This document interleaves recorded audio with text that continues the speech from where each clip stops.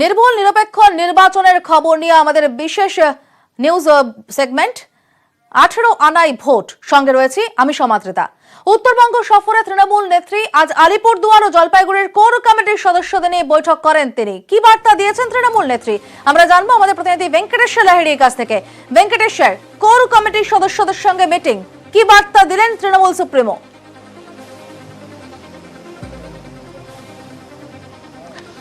দেখো, উত্তরবঙ্গ সফরের প্রথম দিনেই একেবারে সংগঠনকে চাঙ্গা করার জন্য কোর কমিটির, বিশেষ করে জলপাইগুড়ি এবং আলিপুরদুয়ারের যারা কোর কমিটির সদস্য তাদেরকে নিয়ে রুদ্ধদ্বার বৈঠক করেন তৃণমূল সুপ্রিমো। এবং সেখানে বৈঠকের পর যেটা আমরা সূত্র মারফত জানতে পাচ্ছি যে সেখানে পরিষ্কার নেত্রী নির্দেশ দিয়েছেন বা বার্তা দিয়েছেন, কোনো রকম গোষ্ঠীদ্বন্দ্ব বরদাস্ত করা হবে না, সবাইকে এক হয়ে চলতে হবে এবং সমস্ত তৃণমূল স্তরের সমস্ত কর্মীদের প্রতিটি বুথে বুথে পৌঁছতে হবে, সমস্ত মানুষের কাছে পৌঁছতে হবে এবং গত 10 বছরের সরকারের যে সমস্ত উন্নয়নমূলক কাজ সেই উন্নয়নমূলক কাজ মানুষের সামনে তুলে ধরতে হবে। এবং বৈঠকে যেমন গৌতম দেব ছিলেন এবং অন্যান্য নেতামন্ত্রীরা ছিলেন, পাশাপাশি শ্রমিক নেতৃত্ব তাদেরকেও, তুমি জানো যে চা বলা এলাকায় সেখানে বিভিন্ন সমস্যা রয়েছে, ফলে চা শ্রমিকদেরও সেখানে পাশে থাকতে হবে এবং তাদের সমস্যার কথা তুলে ধরতে হবে।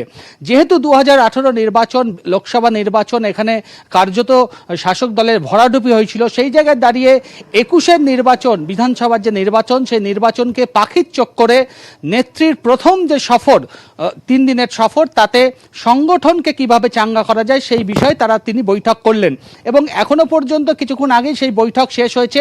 আগামীকাল আরও এক দফায় বৈঠক হবে, এখনই এমনটাই আমরা জানতে পারছি। এবং আগামীকাল জলপাইগুড়ি সেখানে ময়দানে তৃণমূল নেত্রীর সেখানে বক্তব্য রয়েছে, অনুষ্ঠান রয়েছে, সভা রয়েছে, সেখান থেকে কি বার্তা দেন নেত্রী সেদিকেও তাকিয়ে রয়েছেন রাজনৈতিক মহল। গতকাল আমরা দেখেছি যে বিভিন্ন প্রশাসনিক স্তরে ব্যস্ততা ছিল, একেবারে মুখ্যমন্ত্রী বা তথা তৃণমূল নেত্রীর যে সফর, সেই সফরকে ঘিরে কড়া নিরাপত্তার বলয়ে মুড়ে ফেলা হয়েছিল। জলপাইগুড়ি এবং বুধবার দিন কোচবিহার, সেখানে আরও একটি সভা রয়েছে, সেখানে রাজনৈতিক সভা রয়েছে। সেখানে যেহেতু তার দলের যে বিধায়ক মিহির গোস্বামী, তিনি দলবদল করেছেন কিছুদিন আগে, বিজেপিতে যোগ দিয়েছেন, ফলে সেই দলবদলের পর সেখানকার নেতাকর্মীদের কি বার্তা দেন নেত্রী সেদিকেও তাকিয়ে রয়েছে রাজনৈতিক মহল। ফলে সংগঠনকে কিভাবে চাঙ্গা করা যায় এবং 2018 যে লোকসভা নির্বাচন বিজেপির জন্য যথেষ্ট ভালো ফল হয়েছিল, তার মোকাবিলা কিভাবে করা যায়, সেক্ষেত্রে নজর থাকবে আমাদেরও। ধন্যবাদ ভেঙ্কট। পাখির চোখ জঙ্গল মহল, বঙ্গে 19 ও 20 ডিসেম্বর আসছেন অমিত শাহ, 19 যাচ্ছেন পশ্চিম মেদিনীপুর। রাজনৈতিক পর্যবেক্ষকদের মত, লোকসভা ভোটে ভালো ফলের পর 21 জঙ্গলমহলে পদ্ম ফোটাতে ঝাঁপাচ্ছে গেরুয়া শিবির।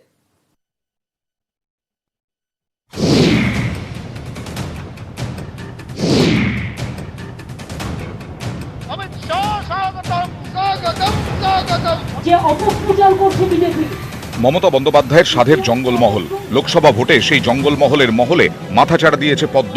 বিধানসভা ভোটেও টার্গেট বাংলায়, বিজেপির টার্গেট জঙ্গলমহল। 5ই নভেম্বর বাঁকুড়ায় অমিত শাহ, 19 ও 20 ডিসেম্বর ফের রাজ্যে কেন্দ্রীয় স্বরাষ্ট্রমন্ত্রী। প্রথম দিনেই যাচ্ছেন পশ্চিম মেদিনীপুর। 19 ডিসেম্বর সকাল 11টায় সরকারি হেলিপ্যাড গ্রাউন্ডে কপ্টারে নামবেন শাহ। এরপর কোন্নগরে কালী মন্দিরে পুজো দেবেন। সেখান থেকে যাবেন মেদিনীপুর শহরে বটতলা মোড়ের কালী মন্দিরে। এরপর মেদিনীপুর স্পোর্টস কমপ্লেক্সে বৈঠক। ঝাড়গ্রাম, পশ্চিম মেদিনীপুর, কাঁথি, তমলুক, ঘাটাল, এই 5 সাংগঠনিক জেলার সভাপতি ও মণ্ডল নেতৃত্বের সঙ্গে বৈঠক করবেন। এরপর কৃষক ও মৎস্যজীবীদের সঙ্গে সামাজিক সম্পর্ক বৈঠক করবেন অমিত শাহ। রাতে কলকাতায় ফিরবেন কেন্দ্রীয় স্বরাষ্ট্রমন্ত্রী। বঙ্গে এসেই বারবার জঙ্গলমহলে ছুটছেন অমিত শাহ। রাজনৈতিক পর্যবেক্ষকদের একাংশ বলছেন শাহের এই সফর যথেষ্ট তাৎপর্যপূর্ণ, কারণ লোকসভা ভোটে জঙ্গলমহলের 4 জেলার 6 আসনের মধ্যে 5টি দখল করে বিজেপি। 21-এও তাই জঙ্গলমহলে পদ্ম চাষ করতে মরিয়া গেরুয়া শিবির। এছাড়াও পূর্ব মেদিনীপুরে এখন শুভেন্দু অধিকারীকে নিয়ে বিস্তর জল্পনা। বিজেপিও তাই এই পরিস্থিতিতে জল মাপছে। কয়েকদিন আগেই মেদিনীপুরে সভা করেছেন মুখ্যমন্ত্রী। বিধানসভা ভোটের দিকে তাকিয়ে কোমর বেঁধে ঝাঁপাচ্ছে বিজেপিও। তাই বারবার শাহের রাস্তা জঙ্গলমহলের দিকে, মত রাজনৈতিক বিশেষজ্ঞদের। অরূপ দত্ত, শঙ্কর রায়, নিউজ 18 বাংলা।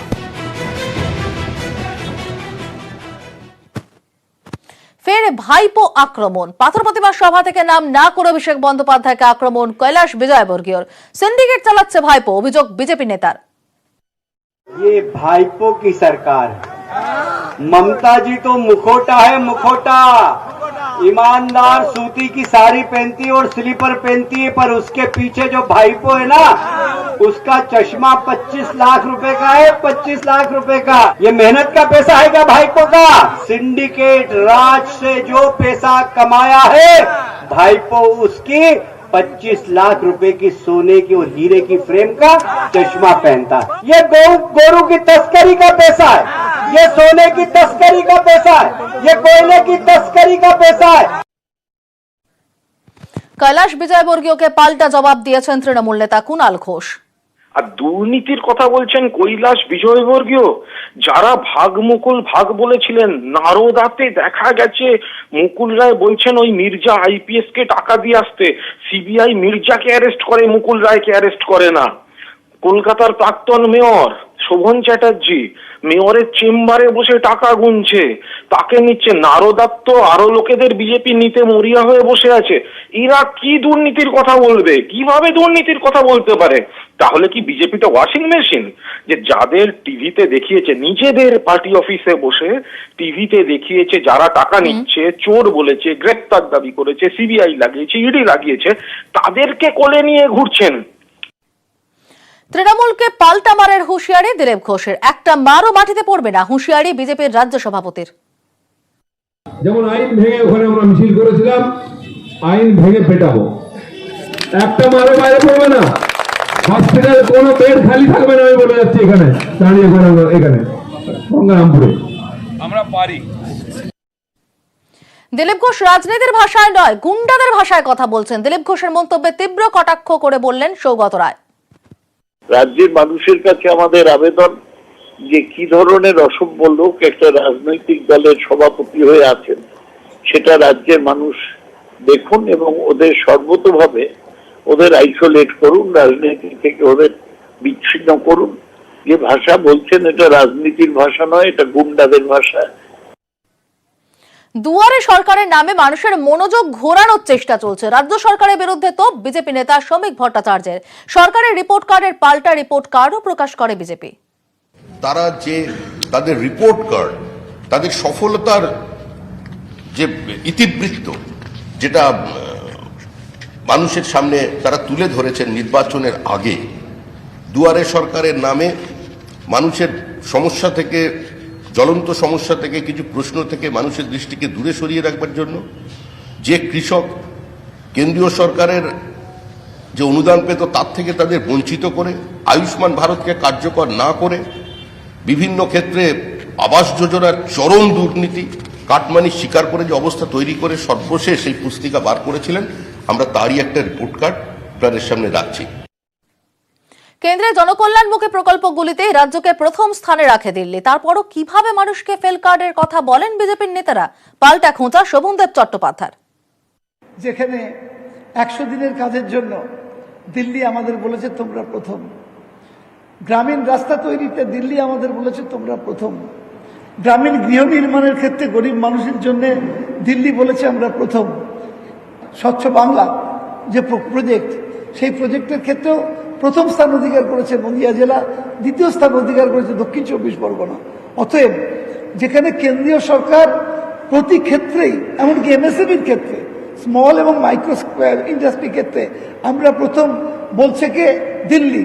কিন্তু ওদের সরকার যখন বলছে যে আমরা যেখানে লক্ষ লক্ষ গরিব এবং মধ্যবিত্ত মানুষ যার দ্বারা উপকৃত হবে সেই সব প্রজেক্টগুলোতে আমরা সব থেকে এগিয়ে আছি, ফার্স্ট হয়েছি, তারপরে ওরা মানুষকে কিভাবে বোঝাবে যে আমরা কাজ করিনি বা কাজ করতে পারছি না?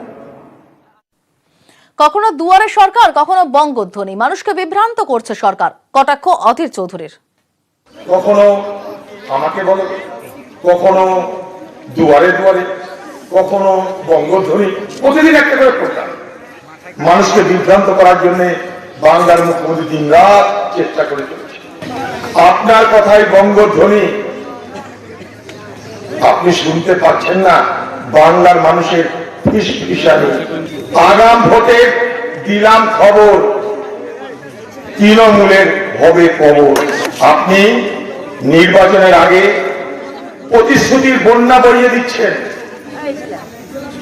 বিজেপি আর তৃণমূলের প্রতিশ্রুতির বন্যার প্রতিযোগিতা চলছে। এবার নিউজ 18 বাংলার বিশেষ সেগমেন্ট নারদ নারদ। দেখুন, সব জায়গায় একটা করে জোকার থাকে। এই মামাটি মানুষের যাত্রাপালা চলছে, তাতে জোকারের দরকার আছে। দুটো জোকার দেখলাম, একটা মোটা একটা পাতলা। তো সবচেয়ে ভালো জোকার এখন কল্যাণ ব্যানার্জি, মামাটি মানুষের যাত্রাপালা জোকার। লোক দেখে আর হাসে হাততালি দেয়। এই লোকগুলো যাদের কথা বলছেন এরা সব খ্যাপা ষাঁড়ের মতো ঘুরে বেড়াচ্ছে, বুঝতে পেরেছেন? ও গরু দুধের বাটের মধ্যে সোনা খুঁজে পায়, তা ওর মাথাটা কেমন তা তো বুঝতেই পারছেন। তা ওর মাথা ষাঁড়ের মাথার মধ্যে কোনো তফাৎ নেই। ডায়মন্ড হারবার যাওয়ার পথে শিরা কোলে জেপি নাড্ডার কনভয়ে হামলার অভিযোগ। এবার বিজেপি নেতা কৈলাশ বিজয়বর্গীয়র জন্য বুলেট প্রুফ গাড়ির ব্যবস্থা।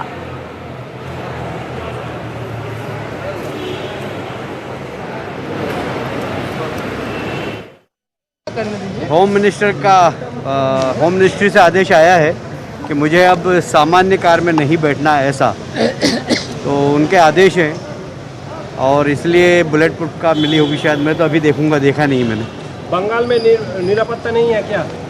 बंगाल में तो लॉ एंड ऑर्डर नहीं है, बंगाल में आम आदमी की जान सुरक्षित नहीं है। हमारे प्रतिदिन एक कार्यकर्ता की मौत हो रही है और ये सब ममता जी के इशारे पर और भाईपों के इशारे पर। বিজেপি কর্মী খুনের অভিযোগে পথে নামলো বিজেপি। দুদিন নিখোঁজ থাকার পর গতকাল উদ্ধার হয় বিজেপি কর্মী সুখদেব প্রামাণিকের দেহ। আজ কাটোয়া কালনা রাজ্য সড়ক অবরোধ করে চলে বিক্ষোভ।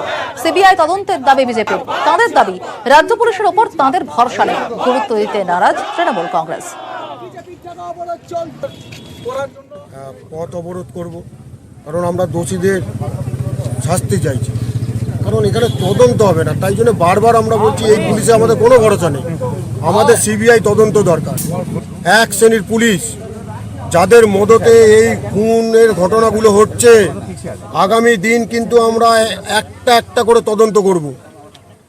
কোনো বেল না, সোজা জেল হবে, কেউ রেহাত পাবেন না, যত বড় আইপিএস হোক। বারবার করে বলছি, বড়া কলসির আওয়াজ হয় না, খালি কলসির আওয়াজ হয়, জানেন তো? এটা পূর্বস্থলী।